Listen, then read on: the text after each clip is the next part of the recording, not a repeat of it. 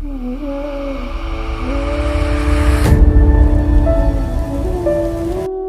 Krishna. Shrimad Bhagavatam canto 3 chapter 22 Kardam मुनि तथा देवहूति का परिणय। श्री मैत्रेय ने कहा, सम्राट ने अनेक गुणों तथा कार्यों की महानता का वर्णन करते के पश्चात मुनि शांत हो गए और राजा ने संकोचवश उन्हें इस प्रकार से संबोधित किया। मनु ने कहा, वेद स्वरूप ब्रह्मा ने वैदिक ज्ञान के विस्तार हेतु अपने मुख से आप जैसे ब्राह्मणों को उत्पन्न किया है, जो तप ज्ञान तथा योग से युक्त और इंद्रिय तृप्ति से विमुख है। अब ब्राह्मणों की रक्षा के लिए सहस्त्रपाद विराट पुरुष ने हम क्षत्रियों को अपनी सहस्त्र भुजाओं से उत्पन्न किया। अतः ब्राह्मणों को उनका हृदय और क्षत्रियों की उनकी भुजाएं कहते हैं। इसलिए ब्राह्मण तथा क्षत्रिय एक दूसरे की ओर और साथ ही स्वयं की रक्षा करते हैं। कार्य कारण रूप तथा निर्विकार होकर भगवान स्वयं एक दूसरों के माध्यम से उनकी रक्षा करते हैं। अब आपके दर्शन मात्र से मेरे सारे संदेह दूर हो चुके हैं, क्योंकि आपने कृपा पूर्वक अपनी प्रजा की रक्षा के लिए उत्सुक राजा के कर्तव्य की सुस्पष्ट व्याख्या की है। यह मेरा सौभाग्य है कि मुझे आपके दर्शन हो सके, क्योंकि जिन लोगों ने आपके मन तथा इंद्रियों के वश में नहीं किया, उन्हें आपके दर्शन दुर्लभ है। मैं आपके चरणों की धूलि को शीर से स्पर्श करके और भी कृतकृत्य हुआ हूँ। सौभाग्य से मुझे आपके द्वारा उपदेश प्राप्त हुआ है और इस प्रकार आपने मेरे ऊपर महती कृपा की है। मैं भगवान को धन्यवाद देता हूँ कि मैं अपने कान खोलकर आपके विमल शब्दों को सुन रहा हूँ। हे मुनि, कृपा पूर्वक मुझ दीन की प्रार्थना सुने, क्योंकि मेरा मन अपनी पुत्री के स्नेह से अत्यंत उद्विग्न है। मेरी पुत्री प्रियव्रत तथा उत्तानपाद की बहन है। वह आयु, शील, गुण आदि में आपके अनुकूल पति की तलाश में है।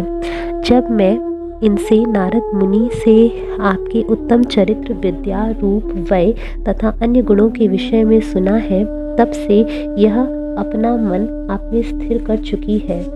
अतः हे ब्राह्मण श्रेष्ठ, आप इसे स्वीकार करें, क्योंकि मैं इसे श्रद्धा पूर्वक अर्पित कर रहा हूँ। यह सभी प्रकार से आपकी पत्नी होने और आपकी गृहस्थी के कार्यों को चलाने में सर्वथा योग्य है। स्वतः प्राप्त होने वाली भेंट का निरादर नितांत विरक्त पुरुष के लिए ही प्रशंसनीय नहीं है, फिर विषयासक्त के लिए तो कहना ही क्या।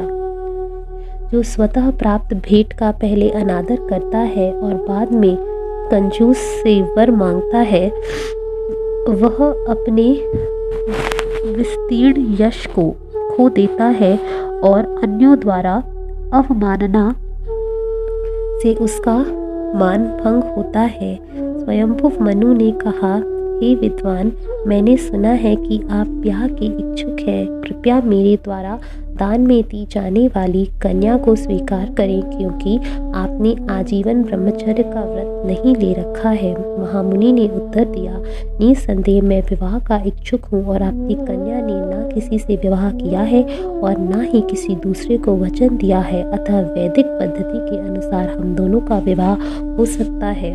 आप अपनी पुत्री की वेदों द्वारा स्वीकृत विवाह इच्छा की पूर्ति करें। उसको कौन नहीं ग्रहण करना चाहेगा। वह इतनी सुंदर है कि उसकी शारीरिक कांति ही उसके आभूषणों की सुंदरता को मात कर रही है।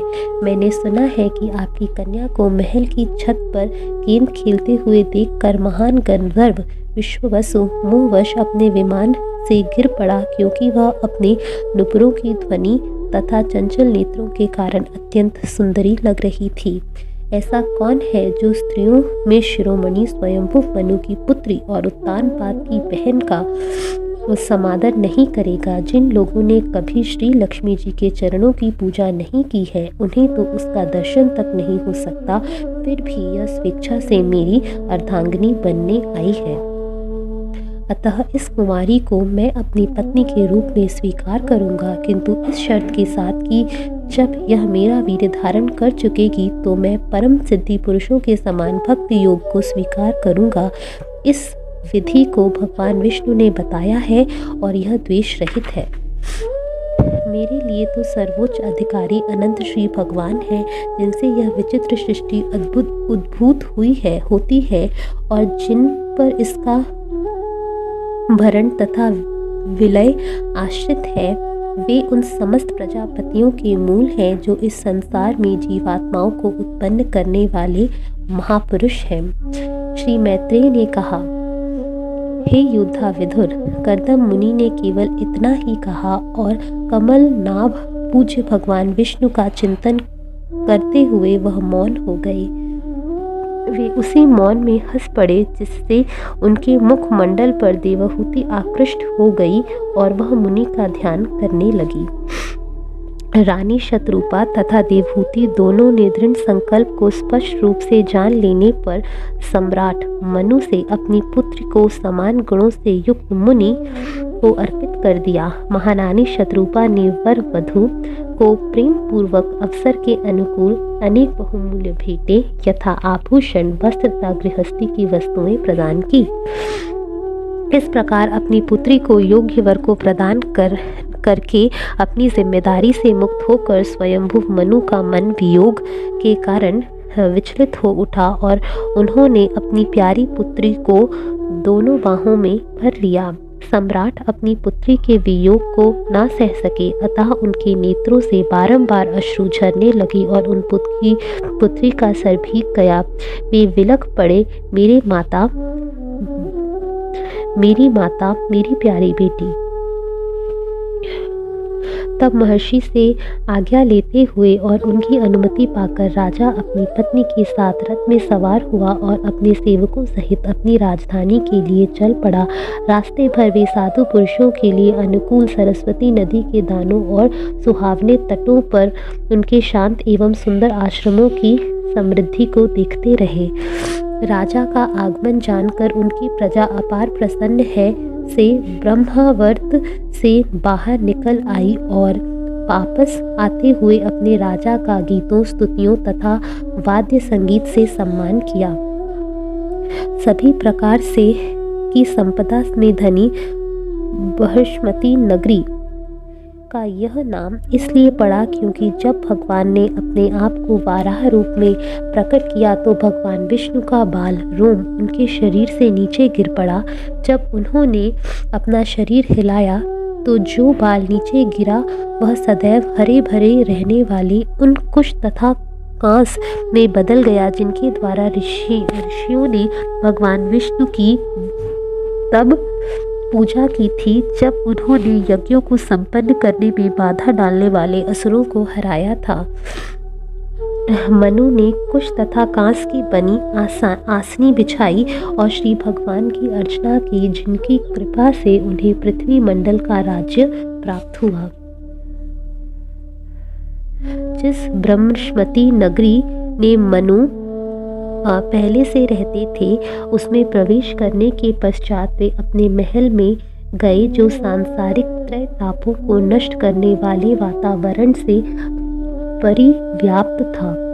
स्वयंभू मनु अपनी पत्नी तथा प्रजा सहित जीवन का आनंद उठाते रहे और उन्होंने धर्म के विरुद्ध अवांछित नियमों से विचलित हुए बिना अपनी इच्छाओं की पूर्ति की। गंधर्व गण अपनी भार्याओं सहित सम्राट की कीर्ति का गान करते और सम्राट प्रतिदिन उषा काल में अत्यंत प्रेमाभाव से पूर्ण पुरुषोत्तम भगवान की लीलाओं का श्रवण करते थे। इस प्रकार स्वयंभू मनु साधु सदृश राजा थे। भौतिक सुख में लिप्त रहकर भी वे निम्न कोटि के जीवन की ओर आकृष्ट नहीं थे, क्योंकि वे निरंतर कृष्ण भावनामृत के वातावरण में भौतिक सुख का भोग कर रहे थे। फलतः धीरे धीरे उनके जीवन का अंत समय पहुंचा, किंतु उनका दीर्घ जीवन जो मनवंतर कल्प से युक्त है व्यर्थ नहीं गया, क्योंकि वे सदैव भगवान की लीलाओं के श्रवण, चिंतन, लेखन तथा कीर्तन में व्यस्त रहे। उन्होंने निरंतर वासुदेव का ध्यान करते और उन्हीं का गुणानुवादन करते हुए चतुर्युग पूरे किए। इस प्रकार उन्होंने तीनों लक्ष्यों को पार कर लिया। अतः हे विदुर, जो व्यक्ति भगवान कृष्ण के शरणागत है, भला वे इस प्रकार शरीर, मन, प्रकृति, अन्य मनुष्यों तथा जीवित प्राणियों से संबंधित कष्टों में पड़ सकता है। कुछ मुनियों के पूछे जाने पर उन्होंने समस्त जीवों पर दया करके मनुष्य के समान पवित्र कर्तव्यों तथा वर्णों और आश्रमों का उपदेश दिया। मैंने तुमसे आदि सम्राट स्वयं मनु के अद्भुत चरित्र का वर्णन किया, उनकी ख्याति वर्णन के योग्य है। अब ध्यान से उनकी पुत्री देवहूति के अभ्युदय का वर्णन सुनो। हरे कृष्णा।